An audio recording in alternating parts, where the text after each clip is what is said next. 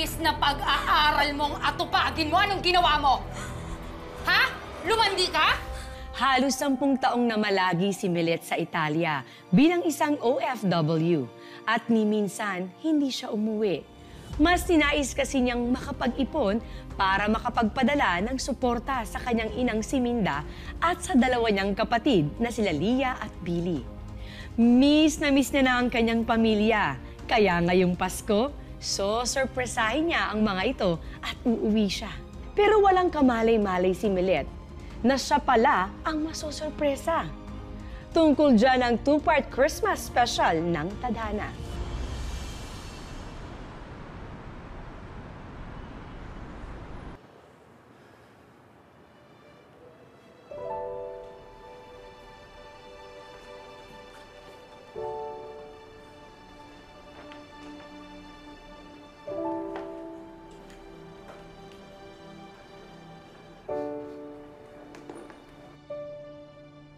Han, sa tingin mo, kasya kaya kay Billy yung sapatos?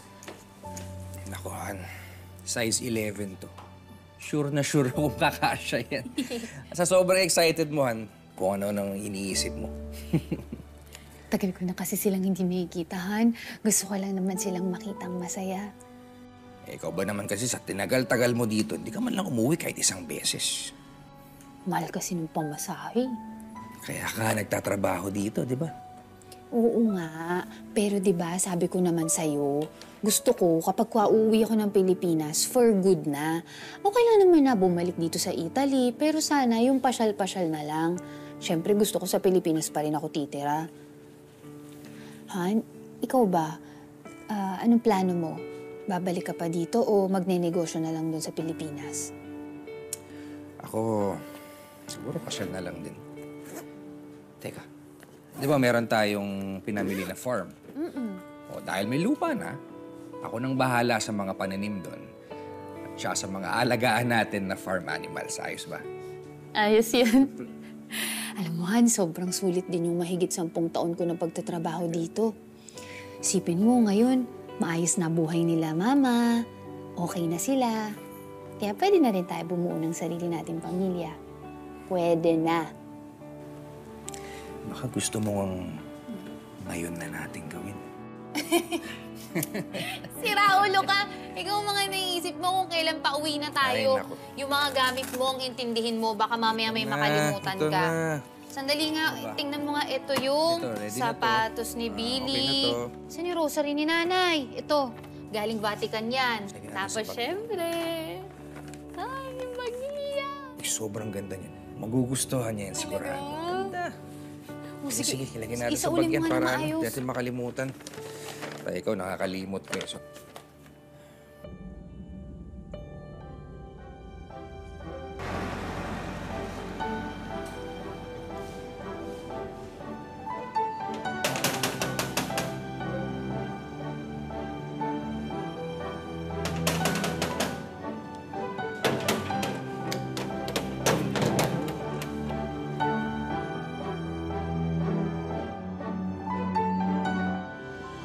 Yes? Ano kailangan mo? Magandang umaga ho. Si Mama po, Mama? Sinong mamang hinahanap mo? yung may-ari po nitong bahay. Anak niya ho ako. Ako po si Milet. Hoy, excuse me lang ha. Ako ang may-ari ng bahay na to. At hindi kita kilala. Budol-gang ka, no? Alam ko na yung mga style niyo, bulok. Kaya pwede ba, bago ako tumawag ng pulis, umalis ka na? Pwede? Ano? Mawalang galang na ho Pero sa ating dalawa, hindi ho ba parang kayo yung mukhang mas mamubudol? Sinasabi niyo kayo may-ari ng bahay. Eh ako nagpundar ng bahay na yan. Sa mama ko po nakapangalan yan. Ika nga.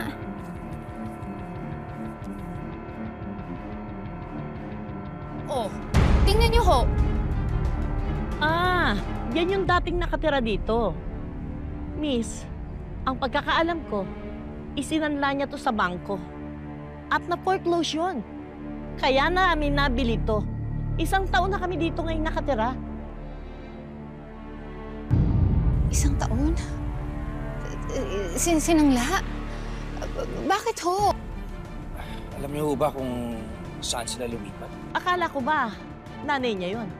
Eh, ba't hindi niya alam kung saan nakatira ang nanay niya? Pwede ba? Umalis na kayo? Pasensya na ako kayo.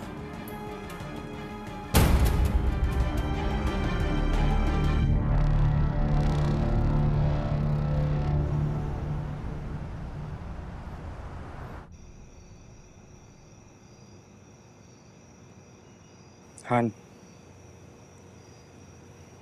magpahinga ka na lang muna. Alam kong pagod ka. Pareho tayong may jet lag. Bukas na lang natin asikasuhin ang pagharap sa pamilya mo. Isa pa, mas makakapag-isip tayo ng mabuti kung nakapagpahinga tayo. Hindi. Nakakarami ka na rin, ano? Hindi. Hindi ako mapakali. Hindi ako makapaniwala na kayang gawin sa akin yun ng pamilya ko. Na kaya nila akong lokohin. Baka meron silang mabigat na dahilan kung ba't nila naisangla yung bahay. Usapin mo na lang sila. Paano ko naman kakausapin, Han? Eh, hindi ko nga alam kung saan sila nakatira. Tawagan mo ng diretsyo. Para ano? Para makapagbigay sila ng palusot. Mabibigyan ko pa sila ng oras para mag-isip na kung ano-ano. Di na. Ayoko magalit sa unang araw ko sa Pilipinas. O baka meron kayong kamag-anak na alam ko nasan sila. Si Tito Sol. Ayun. Pwede ko siyang tawagan. Hindi yun magsisinungaling sa akin.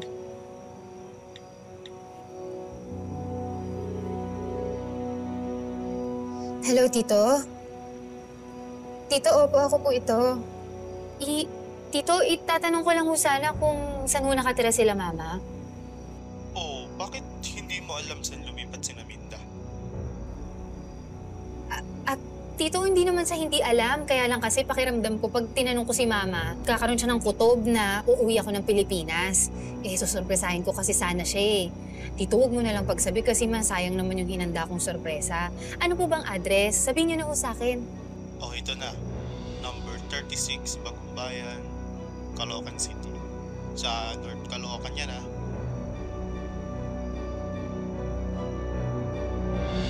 Nay!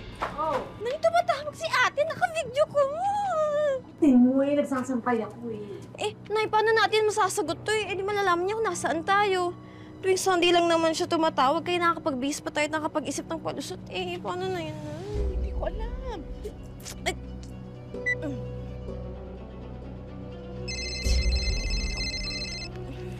Hello, ate?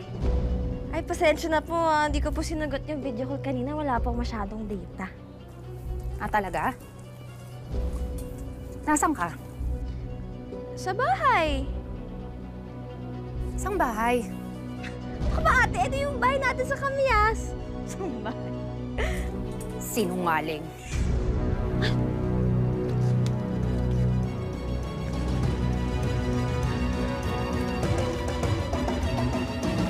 Nang mag-cruise muli ang landas ni Milet at ang kanyang pamilya, natuklasan niya ang sikreto na matagal nang itinago sa kanya. Nauwi pala sa wala ang lahat ng pinagpaguran niya sa Italia. Paano papasanin ni Milet ang katotohanan na nagawa siyang lokohin ng sarili niyang pamilya? Ipaliwanag mo sa akin kung saan mo dinala yung pera na mga pinapadala ko sa inyo. Hindi pa ba sapat yung mga sakripisyo ko? Dugo at pawis ang naging puhunan ko para mabilang kayo ng bahay. Masama ba na gusto kong guminhawa ang buhay niyo? Bakit mo binenta?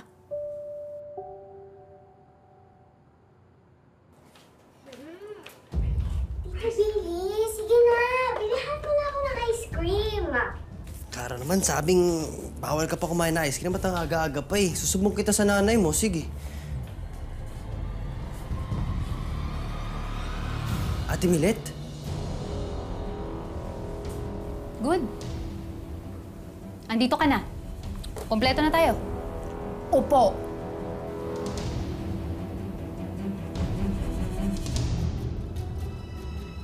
Sino yung bata niya? Lalabas na lang po kami ni Kara, Nay. Kara, pwede na lang tayo ng ice cream.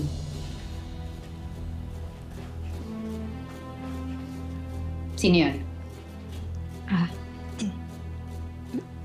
Ate, ano po kasi? Ano?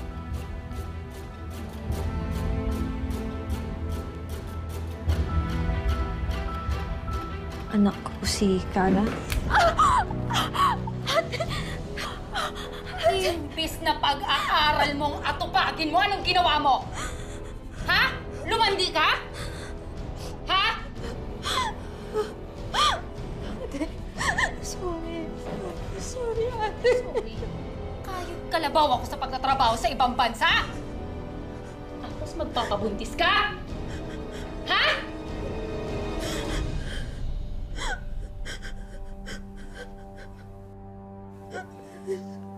Sorry na, ate. Magagawa ng sorry mo, Lia! Sorry saan?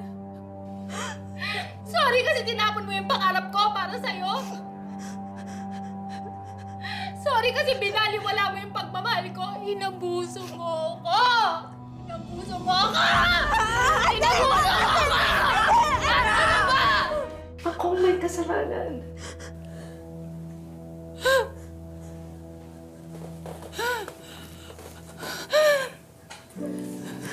Sorry, anak. Sorry. Ilang dekada akong nagtrabaho, Ma.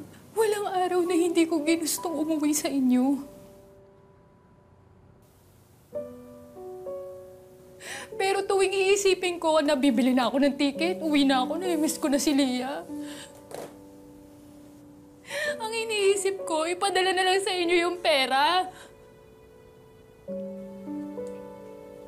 Ikaw, Lia. Tapos din ako sa paglalandi! Anak! Ingrata ka! Ano ba? Ano? Ano? Hindi mo kailangan saktan ang kapatid mo. Ako na lang ang saktan mo kasi ako may kasalanan eh.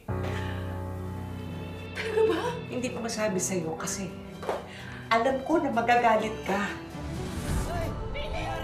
Daming dugo ang nawala kay Lia. Kinailangan siyang isesaryan dahil baka mamatay ang bata. Malaki ang naging bill sa ospital, kaya nangutang ako pero di ako nakapagbayad dahil... Uy! Hindi mo! Sir, damay lang ako dito eh. Mga magnanakaw kayo, mga bata kayo, ha? Wala po ako kasalanan. May nangyari din kay Billy. Uy, di mo kasama! Ano shop ko? Huwag kayo sinungaling. Nakita namin kayo. Nay! Nay!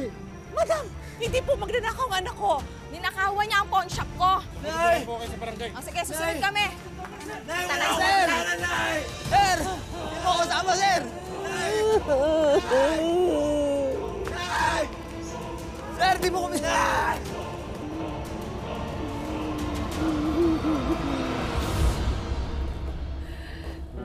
Hindi ko kayo kayang makaharap. Mga manluloko kayo. Daniel, umalis na tayo. Pag-usapan pa natin. Wala tayong pag-uusapan! Wala tayong pag-uusapan! Kasi wala akong nanay at wala akong kapatid na oportunista at traidor. Hindi niyo dapat ginawa sa akin to. Mahal na mahal ko kayo. Bakit niyo ginawa sa akin to? Hindi mo ako mahal.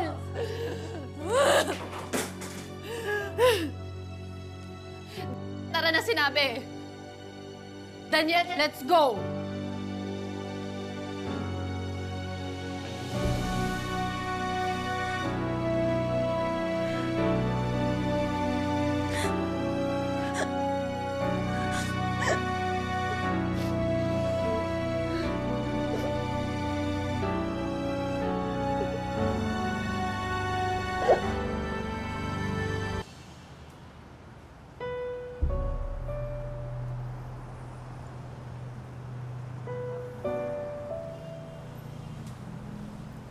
Ano, Han? Balik na lang muna tayo sa hotel. Han, alam mo, bago ako pumunta sa Italy, nangutang ako ng pera. Nangutang ako kasi gusto ko mabigyan si Mama ng puhunan. Pangarap niya kasi magkaroon ng bigasan. Ngayon tingnan mo,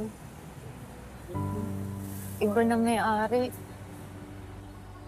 2 taon din bago ko nabayaran yung utang ko na yun. Ang hirap nung ako yung nagtanim, pero iba naman yung umani. Buti na lang no, hindi nila alam yung tungkol dun sa farm. Na nabili natin yun. Huwag ka na mag-alala. Pera lang ko, pwede naman natin kitain na. Di naman kasi tungkol sa pera lang yun, Han. Han, mas sa akin na trinaydor ako ng sarili kong pamilya. Kaya ngayon talaga gusto ko naman isipin yung sarili ko. Pwede naman siguro na ako naman yung intindihin ko. Tsaka, di ba magkakaroon din naman tayo ng sarili natin pamilya? Ayoko nang bumalik sa Italy. Dito na lang ako sa Pilipinas.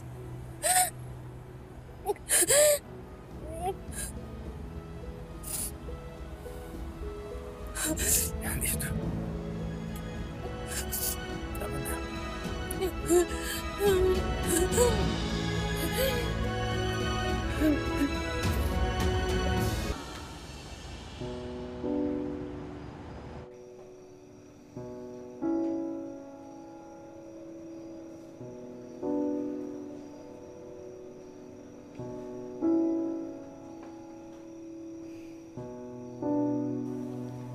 Nay,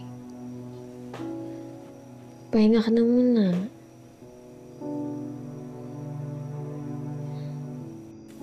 May kasalanan kaya sukdulan ng galit ng ate ninyo. Simula nang namatay ang tatay niyo, naako niya ng lahat. Nay, huwag niyo na pong sisihin sarili niyo. Ginawa niyo lang din naman po kung ano yung tama eh. Maganda naman na po buhay namin ni Ate Leah eh. Kahit pa paano, nag-aaral na rin naman na po ako, kahit vocational lang muna. Diba?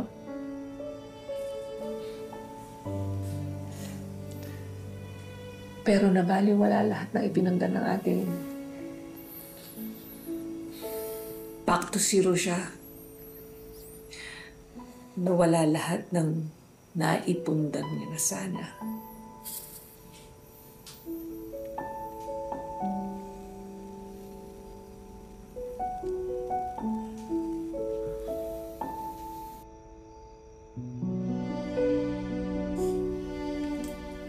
Nak, ba't ka umiiyak?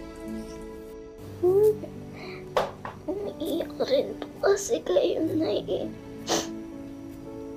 Kaya umiiyak na rin po ako.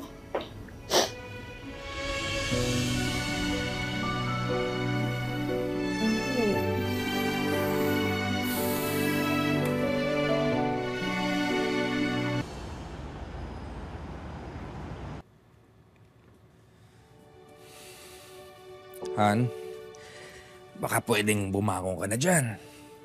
3 araw na tayo nakakulong dito sa hotel room. Let's go out.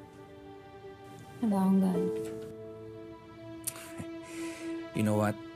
We really need to go out. Sayang naman kung puro stress at problema isipin natin dito. Kaya nga tayo nag-decide umuwi ng Pilipinas para hindi na tayo ma-stress. Diba? Dapat kamo, hindi na lang talaga tayo umuwi.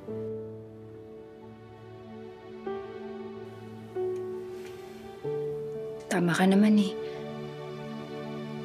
Pero sorry ha. Di mo na dapat nakita yung mga yan. Sobrang nakakaya. Alam mo, Han, wala kang dapat ikahiya. Magiging pamilya ko rin naman na sila. But, alam mo nakakahiya. Mas nakakahiya yung 3 araw nang walang ligo. Halika na, take a bath. Ha? Putsi. Fat yung banyo. Halika na, halika na. Sige na, ligo na, ligo na.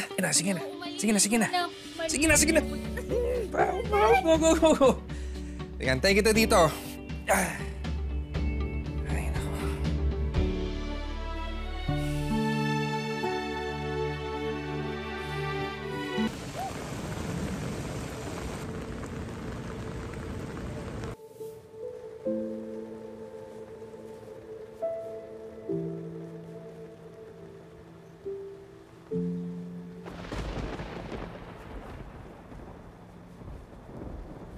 May bagyo bang paparating? Sabi sa balita, oo. Signal number 4 nga araw. Mukhang nahawa na yung panahon sa'yo. Galit na galit eh. Loko. Nakapagbiro ka pa, ha?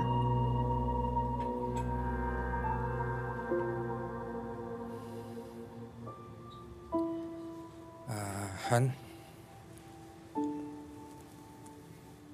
Sa bagyong to, paano kaya sila Mama Minda? Ay mukhang bahain yung area nila eh. Maat pa. Maat pa? Malay ko at paki ko.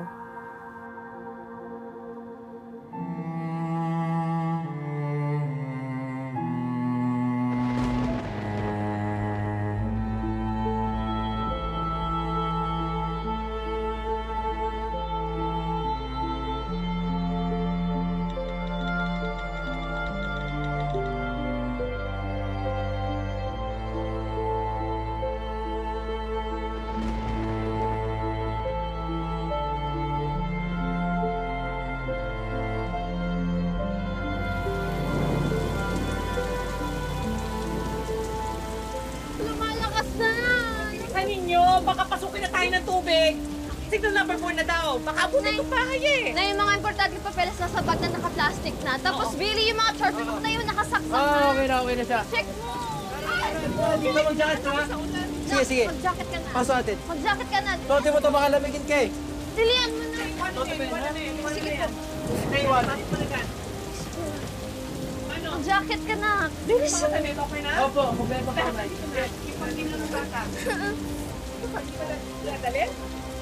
Sige, dali natin to. Nay! Nay, pinapasok na po tayo ng tubig! Ay, pinapasok natin, Nay! Tara. Bilis, bilis, bilis!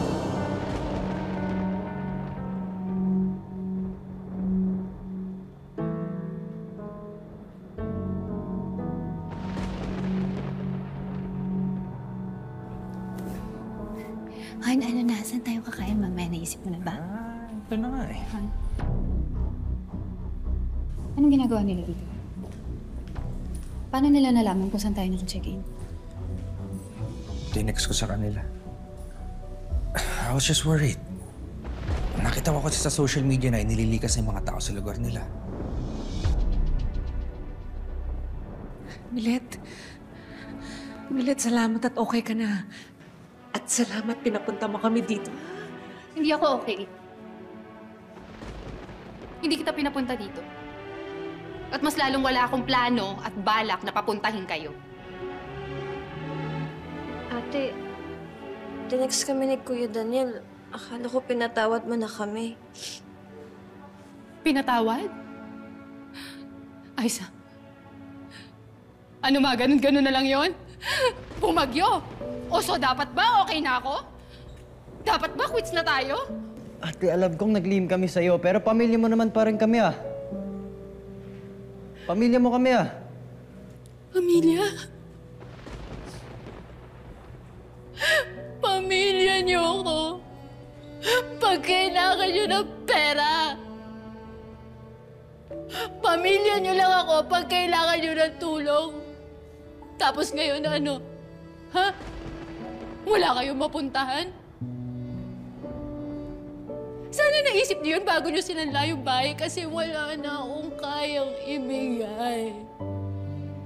Binigay ko na! Isa ka pa eh! Bakit ka ba naawa sa kanila?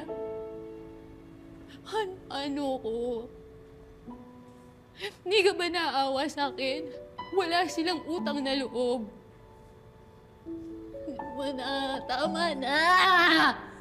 Ayoko sa inyo! Lalong-lalo na sa'yo!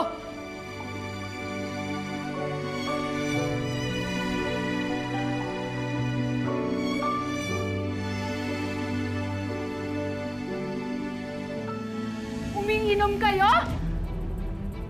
Tanghaling tapat? May kasama kayong bata? Huwag ka umiiling-iling dyan! Ha? Ate, ako umorder, hindi si Ate Lia, kaya di mo siya kailangan saktan. Gutom na gutom kasi kami, wala pa kaming kain kahapon eh. Buong buhay ko hindi pa ako nakakatim niyan. Yung mga in-order ko kaming dalawa ni Cara, hindi namin natikman yan. Sabi ni Kuya Daniel! Hindi! Sabi ni Kuya Daniel, orderin ko anong gusto ko, kaya umorder ako, gutom kami! Huwag mo na sigawan! Tama na, ate! May pag-asa pa bang humupa ang unos sa puso niya at manumbalik ang nawasak na tiwala? Yan ang inyong aabangan sa pagpapatuloy sa susunod na Sabado ng ating two-part Christmas special ng Tadhana. Maligayang Pasko mga kapuso! Ako po si Marian Rivera.